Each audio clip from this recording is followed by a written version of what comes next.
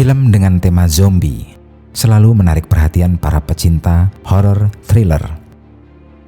Bagaimana manusia bertahan hidup dari kejaran zombie hingga kebrutalan para mayat hidup saat memburu manusia, dan ini menjadi nilai jual tersendiri.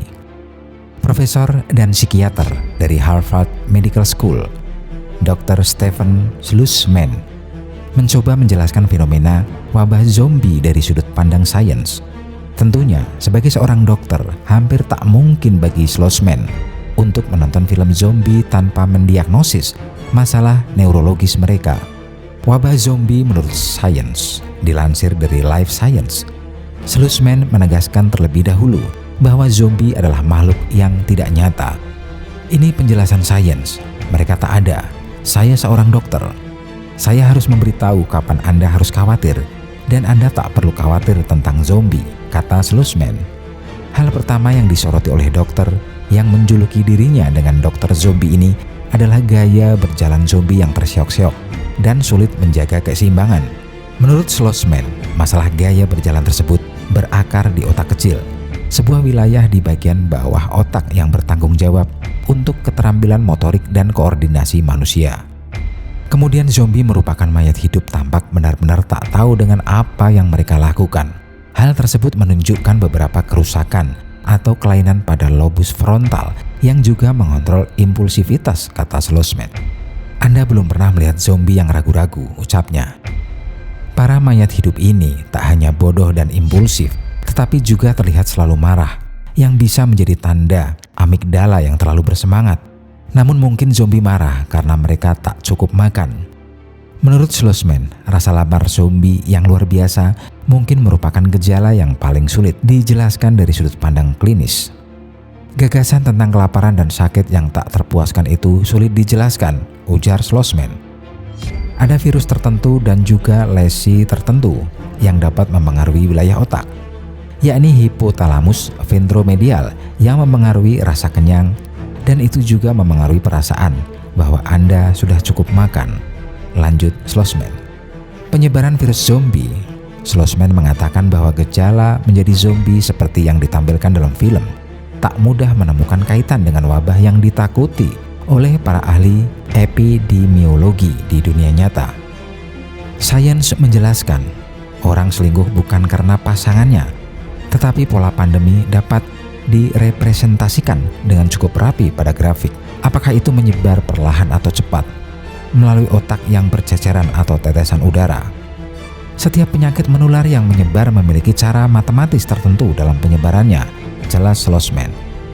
Lebih lanjut, Schlussman mengatakan, virus yang ditularkan melalui gigitan seperti virus rabies sebenarnya tak cepat menyebar karena dapat diisolasi. Sementara itu, penyebaran virus yang ditularkan melalui udara seperti influenza dapat menyebar dengan cepat di suatu wilayah. Semua pandemi yang kita alami di bumi biasanya menyebar di udara, ungkap Schlussman. Sains menjelaskan, jadi harus ada serangga yang menyebarkan virusnya. Tetapi kami tahu serangga udara tak membuat Anda menjadi zombie. Jika melihat cara virus zombie menyebar seperti di film, itu mungkin harus dipicu oleh beberapa patogen buatan manusia yang jahat. Zombie di dunia nyata, dilansir dari Scientific American, di hutan Brasil, pada ketinggian hanya sekitar 25 cm dari tanah, semut carpenter dapat ditemukan dengan rahang terkunci secara permanen di atas daun, membeku dalam gerakan tanpa akhir, sementara tangkai alien tumbuh di kepala mereka. Semut ini adalah korban dari jamur Ophiocordyceps unilateralis, yang juga dikenal sebagai jamur semut zombie. Jamur tersebut memasuki aliran darah semut sebagai sel tunggal, tetapi sel-sel tersebut segera menyalin dirinya sendiri, dan yang terpenting, membangun koneksi sehingga sel-sel individu dapat berbagi nutrisi.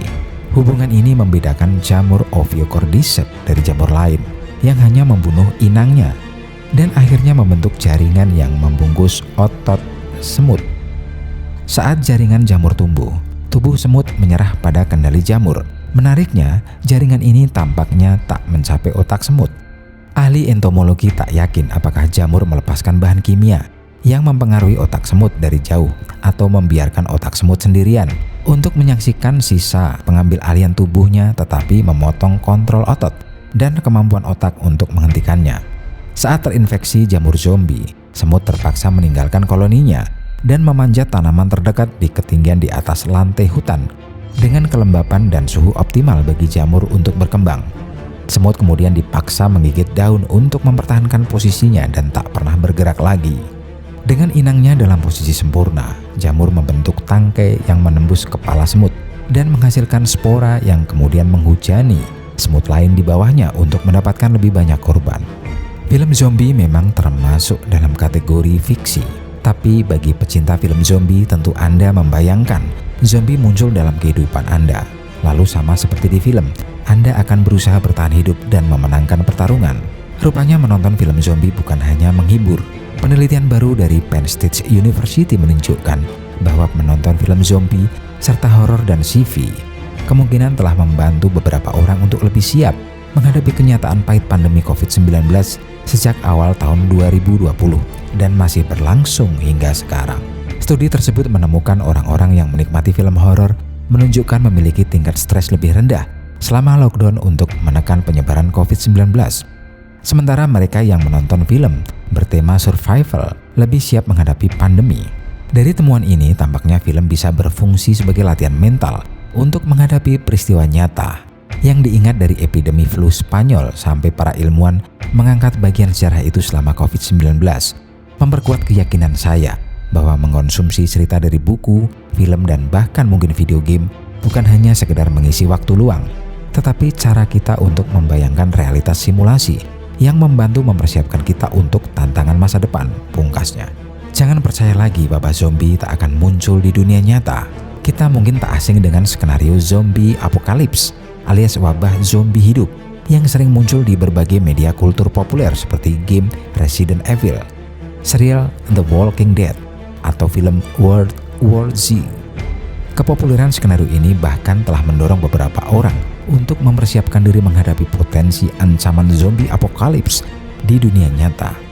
Mulai dari membuat bunker pribadi, mengoleksi berbagai senjata, menimbun banyak persediaan makanan, serta mengumpulkan berbagai survival kit yang mungkin berguna suatu saat nanti. Namun apakah kondisi ini benar-benar akan terjadi di dunia nyata? Kemungkinan besar tidak. Perilaku mirip zombie memang dapat dijumpai pada beberapa hewan, seperti serangga yang terinfeksi jamur cordyceps atau Ophiocordyceps yang kehilangan kendali atas tubuhnya sendiri. Namun fenomena ini tak dijumpai pada hewan berukuran besar, apalagi pada manusia. Peranan sistem saraf dan oksigen. Meski demikian, seumpama ada virus atau patogen lain yang dapat mengubah mayat menjadi zombie, benar-benar eksis sekalipun, kita tak perlu takut. Menurut para ahli, ada beberapa faktor yang menjadikan zombie tak berbahaya. Pemikiran bahwa zombie dapat bergerak dan mencari mangsa itu sangat salah. Mereka tak bisa bergerak kemana-mana, ujar Kimberly Moran, ahli arkeologi forensik dari Rutgers University, dilansir dari Science News for Students. Moran menjelaskan bahwa setelah seseorang meninggal, maka tubuh kehilangan faktor pendorong untuk dapat bergerak. Otak mengendalikan pergerakan tubuh melalui impuls listrik yang mengalir dari otak hingga ke seluruhan sistem saraf. Saat seseorang meninggal, maka impuls tersebut hilang dan seluruh gerakan potensial pun turut lenyap, terang Moran. Bahkan jika ada patogen yang sanggup memicu kemunculan kembali impuls saraf tersebut, tidaklah cukup untuk dapat menanggung bobot tubuhnya. Hal yang akan terjadi adalah rigor mortis atau kejang otot. Saat seseorang meninggal, sel tidak seketika ikut mati. Banyak proses yang berlangsung di dalam sel masih akan tetap berlanjut. Namun mereka tak menerima asupan oksigen karena napas telah berhenti. Keberadaan oksigen dibutuhkan untuk mengisi ulang baterai sel. Sel bergantung pada baterai molekuler yang dinamakan adenosin trifosfat. Tanpa oksigen, siklus pembuatan ATP ini berhenti, sehingga sel harus bergantung pada aktivitas produksi energi secara anaerobik yang juga dapat menghasilkan ATP. Meski dalam jumlah yang sangat sedikit, tetapi metabolisme anaerobik ini punya kelemahan, yaitu produk samping berupa asam laktat. Penumpukan asam laktat dapat menyebabkan kram serta nyeri otot dan sendi. 3 hingga 6 jam pasca kematian akan terjadi rigor mortis. sehingga zombie akan terus berada di tempatnya tanpa bergerak. Sebelum terjadinya rigor mortis, pembusukan akan terlebih dahulu terjadi. Saat sel masih hidup, enzim ini tersimpan dalam wadah khusus yang memisahkannya dari bagian sel lain, yakni pada organel yang memproses sisa metabolisme. Tetapi setelah sel mati, enzim akan dibebaskan dan mulai mencerna sel secara menyeluruh. Melalui proses yang disebut autolisis, sel akan terurai dan mengeluarkan cairan lendir. Jadi pada dasarnya alam tak akan memungkinkan zombie dapat bergerak cukup jauh untuk mencapai lokasi Anda, karena zombie akan membusuk dan diserang kerumunan serangga terlebih dahulu sebelum dapat mencari mangsa. Anda dapat tidur nyenyak dan tak perlu takut pada zombie. Terima kasih masih bersama channel Saka Nagari.